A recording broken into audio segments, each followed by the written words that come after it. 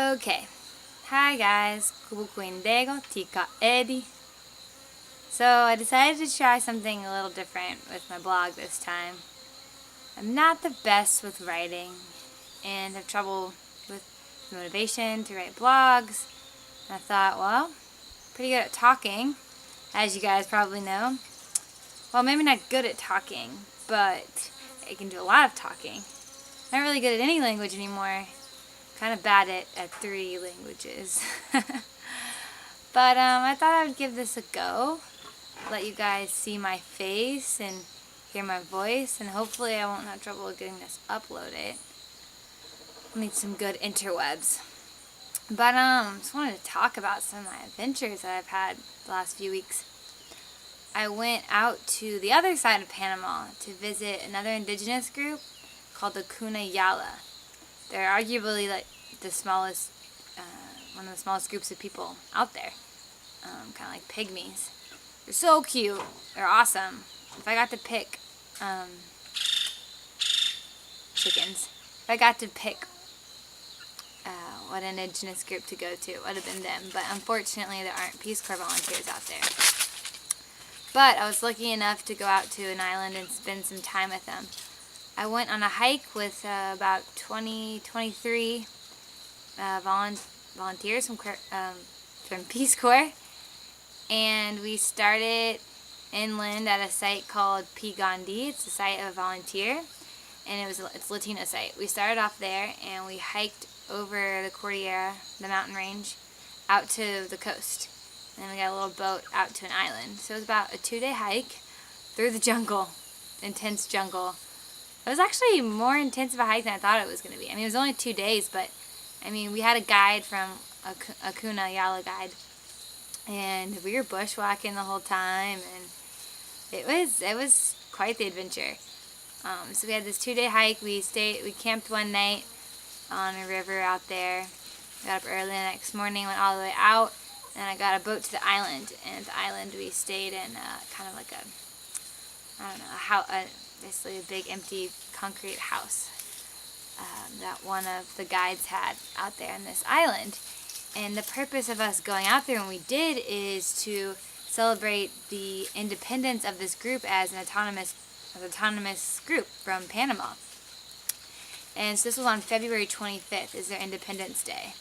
And this group is a lot different than my indigenous group. They really work hard to maintain their culture. They keep it really pure and are super proud of their culture, and we're really excited to share it with a bunch of white gringos. It wasn't a very touristy area. I mean, there was a few other tourists there because several other indigenous leaders came from other indigenous groups. There was a Mayan leader, there was a Lakota of Canada, and like their photographers. But other than that, we didn't really see too many tourists on this island, just our group. People were very, very welcoming. First day we got there was pretty chill. Hung out, toured the island a little bit. They fed us free food almost the whole time as part of their culture. Go to somebody's house and they give you a free meal. It was really cool to see. And so then on the morning of the 25th, they start off with a parade, which we joined in, like 6 o'clock in the morning. Jumped in this parade. Hadn't eaten breakfast or anything. And we watched some reenactments of the war, which were really realistic. Hopefully I can get up some videos of that too. Super cool to see your pictures. I think I put some pictures up online. But that was super cool to see. And then they have this big house, they call it the Chicha, Casa de Chicha, house of sugary drink, but it's alcoholic. And so we went there, probably before 9, and they start drinking. They have cacao that is fermented in just big barrels of it, and it's pretty strong. They divide the house up into men and women, and the women's side you have to dance with the women and do some like indigenous chants with them, and then they'll give you this wooden bowl they make around here. It comes from a tree, and they let it dry out, and it looks like a wooden bowl. And they give you like a bowl full of that to drink if you dance with them. They had various sizes. And on the men's side, they all got in a line and linked arms, and had to like yell and get rowdy, and then like the guys on the other side would give them a bowl to drink. And I mean, grandmas were doing this even. It was insane. Like, everybody just got really, really drunk really fast, and that's the purpose of it. And not the children. There were some children around just kind of watching, but surprisingly enough, my group was pretty popular, and like felt like we kind of stole the show for a minute, but Kuna really seemed to appreciate having us there, which was really neat.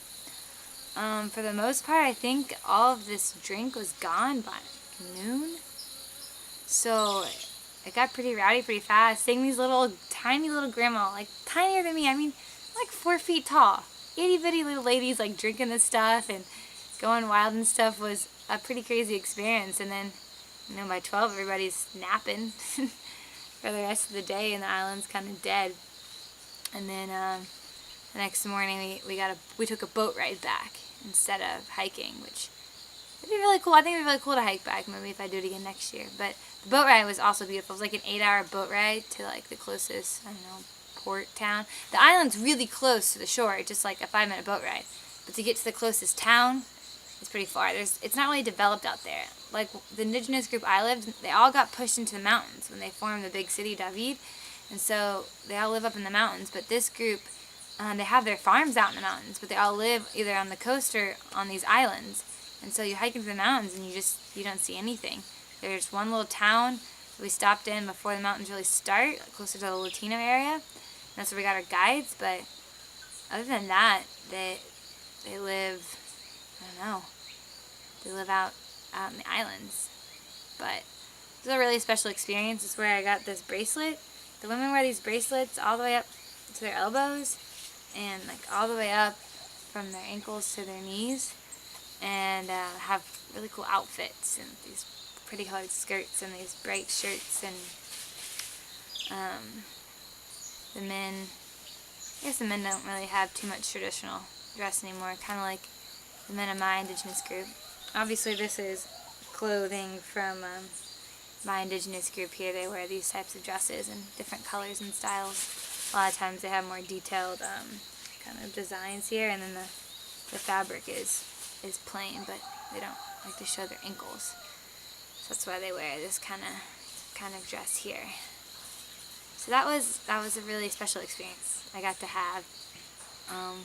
One of the coolest things I've done thus far. And then after that, I went and did some training in another volunteers community near here, which is really cool. I got to work on aqueduct stuff, building engineering stuff. Kind of feel like an engineer. And now I'm working on some projects in my site, which should be really exciting. I'm going to build a rainwater catchment system, so I can catch the rainwater from my roof. I'm going to build a concrete tank for it to go into, so I can have drinking water come to my house. And there's the roosters, like usual. Hopefully I can teach my gente, my people, my town, how to do this system too. And how to build this tank is cheaper than buying like something from the outside. So that's the idea.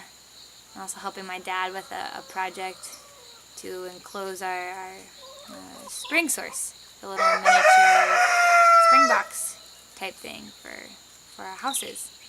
So that'll be pretty cool.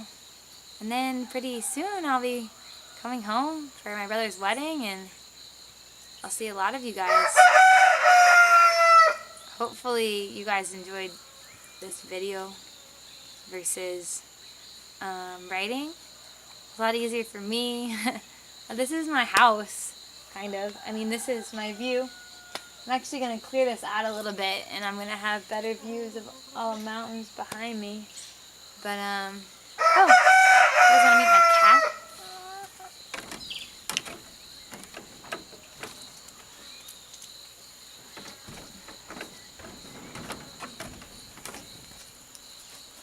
This is Messi.